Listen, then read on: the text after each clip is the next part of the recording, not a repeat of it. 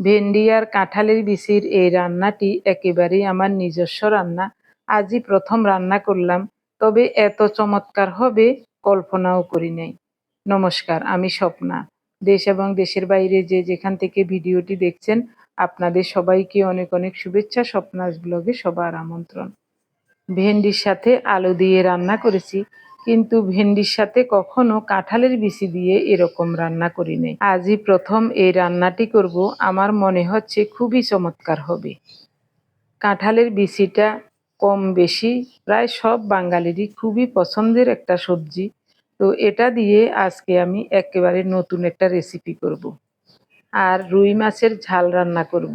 তার জন্য পেঁয়াজ খোসা ছাড়িয়ে নিয়েছি, ভেন্ডিগুলো নিয়েছি, সাথে নিচ্ছি কাঁঠালের বিচি খোসা ছাড়িয়ে। এরপরে সব পরিষ্কার করে ধুয়ে কাঁঠালের বিচিগুলো এরকম পাতলা পাতলা করে কেটে নিচ্ছি, যেন ভেন্ডির সাথে সমান তালে সিদ্ধ হয়ে যায়। প্রতিদিনের মতো আজও নতুন একটি পর্ব সাজানোর প্রয়াস করছি আমাদের ঘরোয়া রান্নাবান্না, খাওয়া দাওয়া, এইসব বাস্তব চিত্রগুলি নিয়ে। আশা করছি আপনাদের সবার ভালো লাগবে, তাই অনুরোধ রইল পর্বটি প্রথম থেকে শেষ পর্যন্ত দেখুন। আপনি যদি এই প্রথম আমাদের ভিডিওটি দেখে থাকেন, সম্পূর্ণ পর্বটি দেখার পর যদি একটুও ভালো লাগে, আমার অনুরোধ রইল চ্যানেলটি সাবস্ক্রাইব করে আপনার মূল্যবান মন্তব্যটি লিখে জানাবেন। ফেসবুক থেকে ভিডিওটি দেখে থাকলে পেজটি ফলো, লাইক, শেয়ার করে আপনার মূল্যবান মন্তব্যটি লিখে জানাবেন। যে কোনো গঠনমূলক মন্তব্য করতে পারেন, কোনো সমস্যা নাই। আমি আপনাদের সকল মন্তব্যের উত্তর দেব। কাঁঠালের বিচিগুলো কাটা হয়ে গেছে, এবার ভালো করে কচলিয়ে কচলিয়ে ধুয়ে নেব। কিছুক্ষণ ভিজিয়ে রাখবো, উপরের লাল আবরণটা যতটুকু উঠে যায় তো যাবে, না উঠলেও কোনো সমস্যা নাই। কাঁঠালের বিচি একটা পুষ্টিকর সবজি, খেতেও খুবই চমৎকার, মিষ্টি মিষ্টি লাগে, অনেক ভালো লাগে খেতে। ভেন্ডির এই রান্নাটাতে কোনো কোনো সময় এক দুইটা আলুও দেওয়া যায় একটু বরকতের জন্য। আজ আমি আলুর পরিবর্তে কাঁঠালের বিচি দিচ্ছি, আমার মনে হচ্ছে খুব ভালো লাগবে। গতকাল সন্ধ্যার সময় আমার মেজো ভাইয়ের ছেলে সৌরভ আসছিল আমাদের বাসায়। পার্থ, সৌরভ, আমি, আমাদের তিনজনের জন্য এটুকু হলেই চলবে। ওদিন নারিকেল আর চিংড়ি মাছ বেটে ভেন্ডি রান্না করেছিলাম, কি যে চমৎকার হয়েছিল, স্বাদটা ভুলতে পারছি না। একবেলায় খেয়ে নিয়েছিলাম, তাই আজ চিন্তা করলাম সৌরভ যখন বাসায় আসছে তাকেও এই রান্নাটা করে খাওয়াই। ওরা সবসময় আমাদের ভিডিওগুলি দেখে। ভেন্ডি কাঁঠালের বিচি কাটা হয়ে গেছে, কাঁঠালের বিচিগুলো ধুয়ে জলে ভিজিয়ে রেখেছি। পেঁয়াজগুলো কুচিয়ে নেব, যতটুকু সম্ভব একেবারেই কুচিয়ে নেব। এটা দিয়ে মাছ রান্না করব। এখান থেকে শুধু 2টা পেঁয়াজ ভেন্ডির তরকারিতে দেব বেটে, ওগুলি আলাদা করে নেব, মোটা হলেও সমস্যা নেই। মাছ যেটা দিয়ে রান্না করব ওটা ভালোভাবে কুচিয়ে নিচ্ছি। সব কিছু রেডি হয়ে গেল,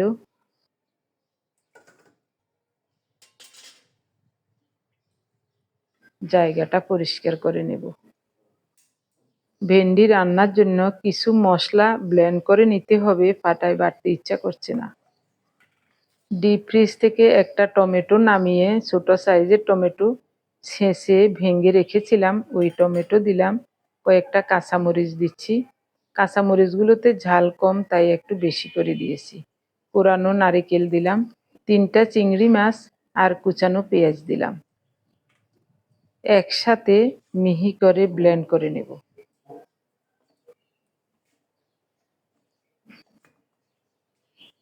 খুব সুন্দর মতো হয়ে গেছে। সব কিছু রেডি করে রান্না বসিয়ে দিলাম। কড়াই গরম হলে অল্প সরিষার তেল দিয়েছি। তেল গরম হলে একটু ছড়িয়ে দিয়ে প্রথমে কাঁঠালের বিচি দেব। কাঁঠালের বিচি কিছুক্ষণ নেড়ে চেড়ে কষিয়ে নিয়ে তারপরে ভেন্ডি দিয়ে দেব। ভেন্ডি আর কাঁঠালের বিচি খুব সুন্দর মতো একটু কষিয়ে নেব।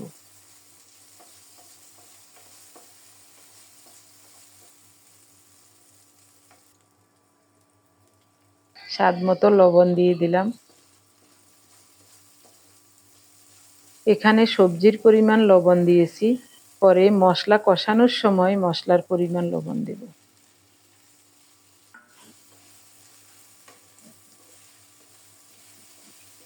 চুলায় ভাত বসিয়েছি আর এদিকে তরকারিটা রান্না করে নিচ্ছি। গ্যাসের যে দাম বেড়ে গেছে ওটা এখন কিনা অনেক দুরূহ ব্যাপার।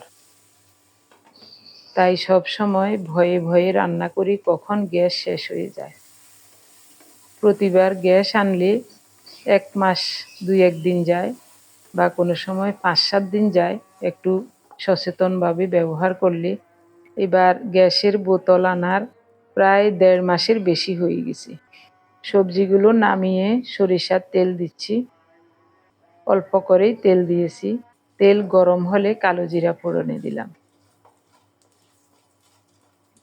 ফোড়নটা রেডি হলে বাটা মশলা দিয়ে দেব।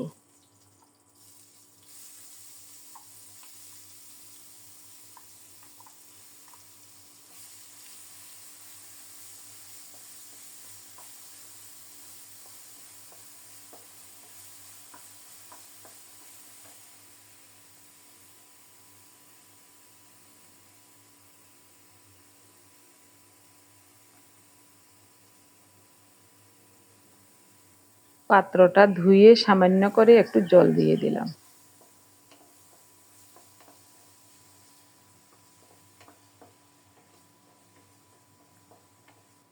মশলার পরিমাণ লবণ দিয়ে দিলাম, 1/2 চা চামচ হলুদ গুঁড়ো, সামান্য একটু গুঁড়ো মরিচ দিয়েছি।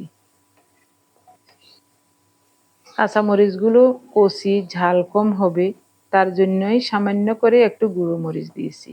এতে করে তরকারির রঙটাও খুব সুন্দর হবে, খেতেও ভালো লাগবে। এবার মশলাটাকে মনের মতো করে কষিয়ে নেব। মশলা কষানো যদি ভালো হয় এই রান্নাটা খেতে খুব চমৎকার লাগে। কারণ এখানে চিংড়ি মাছ আর নারিকেল আছে। তাই মশলাটাকে যত ভালো করে কষানো হবে রান্নাটা ততটাই চমৎকার লাগবে। খেয়াল রাখতে হবে কোনো প্রকারেই যেন পুড়ে না যায়। দিয়ে দিলাম ভেজে রাখা সবজিগুলো, ভেন্ডি আর কাঁঠালের বিচি।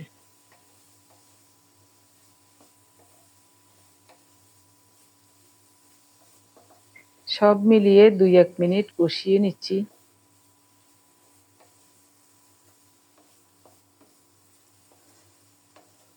সুন্দর একটা ঘ্রাণও বের হয়েছে।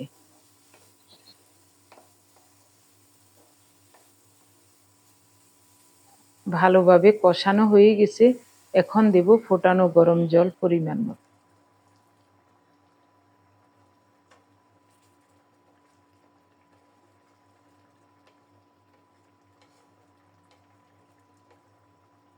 রাতের বেলায় ভেন্ডির এরকম একটা রান্না করেছিলাম, কি যে চমৎকার লেগেছে, ওই স্বাদটা আমি ভুলতে পারছি না। শুধু একবেলা খেয়েছি, তার জন্য ভাবলাম আজও ওইভাবে রান্না করব।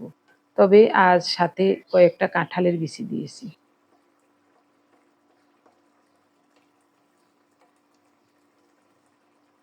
এ ধরনের রান্নাগুলি সবসময় চমৎকার হয়। খুব সুন্দর মতো রান্না হয়ে গেছে, নামিয়ে নিলাম। কড়াই থেকে সব টেনে নিয়ে নিলাম। দেখুন কতটা সুন্দর হয়েছে, দেখতে কত লোভনীয় লাগছে।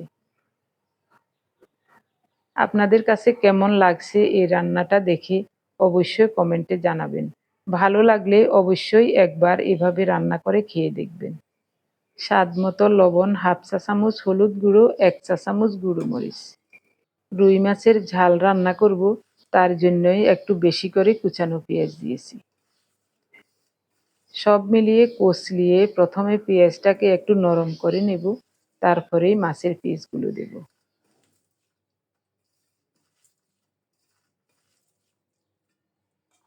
মাছের পিসগুলো আগেই পরিষ্কার করে ধুয়ে রেখেছি। রুই মাছের পেটি নিয়েছি কয়েকটা। গতকাল ট্যাংরা মাছের ঝাল রান্না করেছিলাম, ওই তরকারিটাও রয়ে গেছে একটু। তো আমার কাছে রুই মাছ খেতে তেমনটা ভালো লাগে না, এই জন্যই আমার জন্য মাছ দিই নাই, ওদের দুজনের জন্যই রান্না করছি। একটু সরিষার তেল দিয়ে দিলাম, ভালোভাবে মাখানো হয়ে গেছে। হাতটা ধুয়ে সামান্য করে একটু জল দেব। এরপরে ঢাকা দিয়ে রেখে ভাতের মাড় ঝরিয়ে নেব, তারপরেই রান্নাটা বসাবো। পার্থ হয়তো ভেন্ডির তরকারি খেতে চাইবে না, তার জন্যই একটা পটল ভেজে নিচ্ছি। পটলটা একটু বড় সাইজের, এই জন্যই 4 পিস করে দিলাম। শুধু লবণ হলুদ মাখিয়ে পটলটা ভেজে নিচ্ছি। ভাজা হয়ে গেছে, উঠিয়ে নিলাম। এই তেলেই গোটা জিরা ফোড়নে দেব।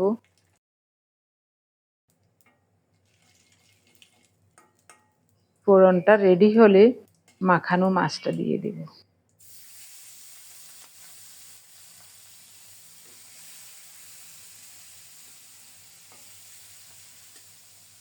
আমার প্রিয় ভাই বোন বন্ধু স্বজন, আপনারা যারা প্রতিনিয়ত ভালোবেসে আমাদের ভিডিওগুলি দেখে যাচ্ছেন এবং ভিডিও দেখে সুন্দর ও গঠনমূলক কমেন্টস করে আমাকে কাজ করার শক্তি এবং সাহস জুগিয়ে যাচ্ছেন, আমি আপনাদের সবাইকে জানাই অজস্র অজস্র ধন্যবাদ, অভিনন্দন এবং কৃতজ্ঞতা।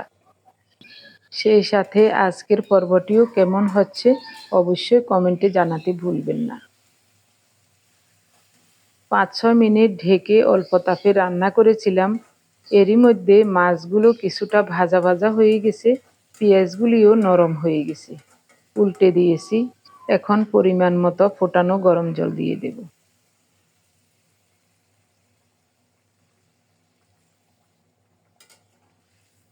যেহেতু ডাল রান্না করছি না, তাই একটু মাখো মাখো ঝোল রাখবো। ঢাকা দিয়ে আরো 6-7 মিনিট রান্না করব। চুলার তাপটা কমই ছিল, এরই মধ্যে সব কিছু সুসিদ্ধ হয়ে গেছে।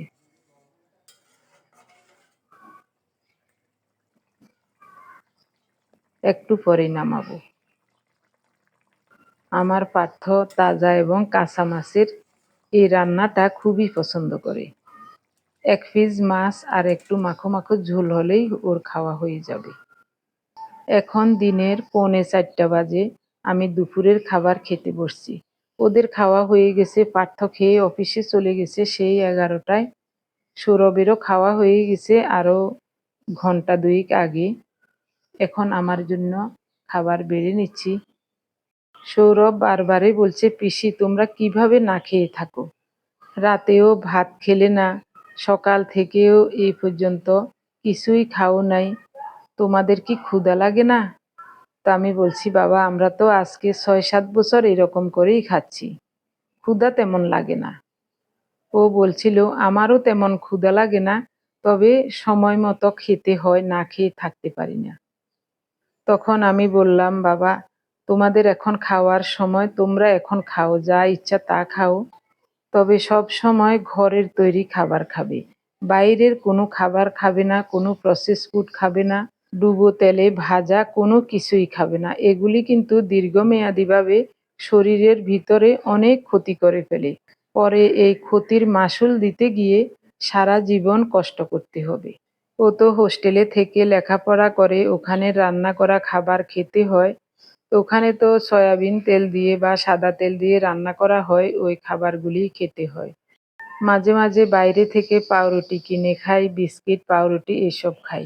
আমি বলছি, বাবা এই বিস্কিট পাউরুটি এগুলিও কিন্তু শরীরের জন্য খুবই ক্ষতিকর। ঠিক আছে, এখন পড়ালেখার সময় হোস্টেলে থেকে খাবার দাবার অত বাছ বিচার করতে পারবে না, জীবন বাঁচাতে হবে আর জীবন গড়তে হবে।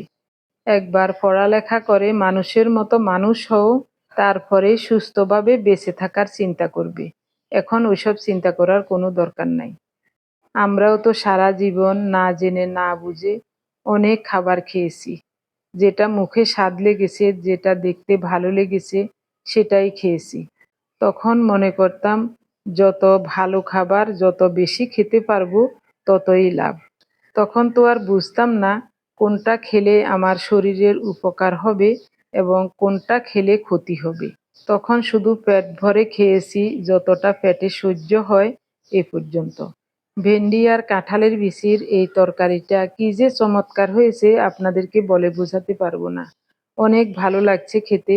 সৌরভ বলছিল, পিসিমা এই তরকারিটা দিয়ে খেতে আমার কাছে খুব মজা লেগেছে, অনেক স্বাদ হয়েছে তরকারিটা। আর মাছের ঝালটাও নাকি খুবই চমৎকার হয়েছে। ও বলছিল, পিসিমা আগে ঝাল খেতে পারতাম না, এখন ঝাল খেতে পারি, কারণ হোস্টেলে বিভিন্ন ধরনের রান্না খেয়ে এখন ঝাল খাওয়ারও অভ্যাস হয়ে গেছে। ঝাল খেতে এখন কোনো সমস্যা হয় না।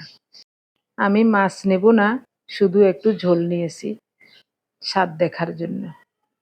ট্যাংরা মাছের তরকারি আছে, ওটা নিয়ে নিলাম, আরও একটু রয়েছে। সৌরভ আর পার্থ ঠিকই বলেছিল, মাছের ঝালটা আসলে খুবই চমৎকার হয়েছে। রান্নাটা কিন্তু একেবারেই সহজ এবং সাধারণ, কিন্তু খেতে অসাধারণ লাগছে। ভাত খেতে খেতে সৌরভের সাথে বিভিন্ন ধরনের গল্প করছিলাম। ও বলছিল, পিসি পার্থ দাদাও কি ফ্যাট অ্যাডাপ্টেশন করেছে? আমি বলেছি হ্যাঁ। বলছে, পিসি কিভাবে পার্থ দাদা ফ্যাট অ্যাডাপ্টেশন করেছে আমাকে একটু বলো না, আমিও যদি পারি একটু ফ্যাট অ্যাডাপ্টেশন করে নেব, তাহলে যখনই বাইরে থেকে খেতে পারবো না তখন আমার শরীর থেকে ফ্যাট বার্ন হয়ে ক্ষুধা তৃষ্ণা কিছুই লাগবে না। তোমার কাছে এই গল্পটা শুনতে আমার কাছে যে কি ভালো লাগছে, যদিও এটা বাস্তব গল্প, তারপরও আমার কাছে অনেক ভালো লাগছে। আমি ফ্যাট অ্যাডাপ্টেশন করব। কিভাবে করব শুধু আমাকে একটু বলো। তখন ওকে সংক্ষেপে বললাম, প্রথম 7 দিন পেট ভরে ভরে খেতে হবে, ক্ষুধা যেন না লাগে সেটা খেয়াল রাখতে হবে। বলছে কি খাবো? তখন ওকে বললাম, শাক সবজি মাছ মাংস ডিম বাদাম এইসব খাবে। কোনো রকম ভাত রুটি আলু ডাল চিনি মিষ্টি জাতীয় কোনো খাবার, ফল দুধ এইসব খেতে পারবে না। এভাবে খেলে 7 দিনের আগেই তোমার ফ্যাট অ্যাডাপ্টেশন হয়ে যাবে। সবাই ভালো থাকুন, দেখা হবে আগামী পর্বে।